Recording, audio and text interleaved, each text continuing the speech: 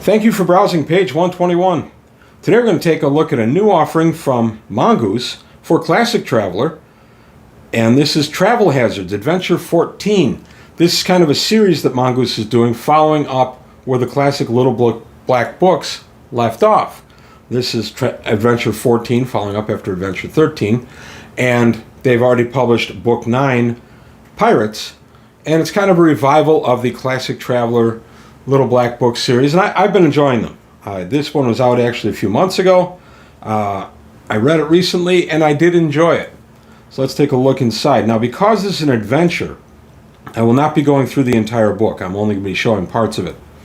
The original game designer is Mark Miller, and the editor was Matthew Sprange of Mongoose. It was published in 2026. And let's take a look a little bit. So we got our table of contents, which shows everything here. I'll go a little further than this. The introduction, comprehensive adventure for Traveler, and it assumes you're going to have books 1, 2, and 3, and then it makes references to many others. Even Book 9, Pirates, may be used to provide additional background for the scenario. Alien Module 3, Vargir, this would be the classic stuff. And then the Mongoose Traveler campaign, Pirates of Drinax, can give you supplemental material. What this really is a great look at one difficult-to-travel solar system and what your players can do in it if they're native to it or have come in from the outside. And it's a fantastic place for Belter. If you want to play a Belter campaign, you can do an entire campaign just placed out of this guy. The neat thing is it's a red zone, and it's a red zone because of the travel hazards. Let's take a little look deeper. We have some characters that are already made up for us. Pre-generated characters are always welcome. 8 of them. This adventure is recommended from 4 to 8 players. And then we're going to go a little further, and then starting the adventure. And there are a bunch of different adventure hooks. We have basically a little traveler news service type thing here, all set in 1112. And the adventure begins in Gravista in Corridor. And that's an area I've only done a little bit of GMing in. I took a look at Corridor in my campaign probably 20 years ago. I ran my players through an adventure. They had them going through Corridor, and that Corridor is the important area that links the main body of the Third Imperium to the area behind the Claw, the Spinward Marches. And so we get a little bit of flavor and background here.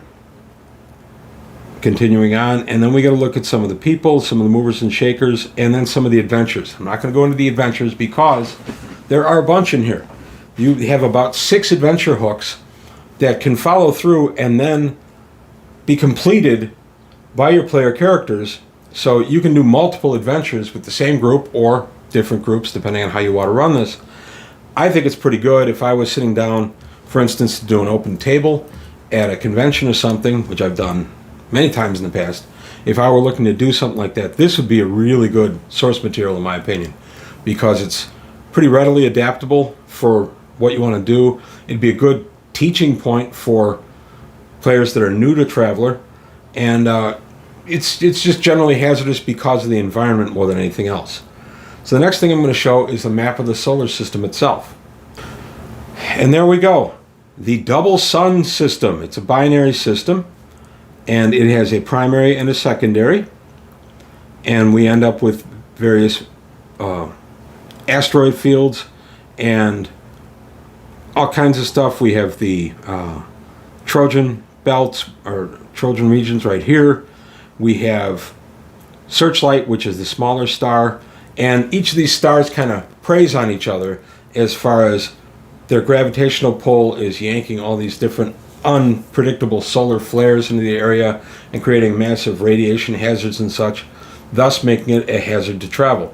In fact, if you have to go any real distance within the system, the best way to do that is to get beyond this jump shadow and just jump from point A to point B. It's much more reliable than trying to navigate in this system.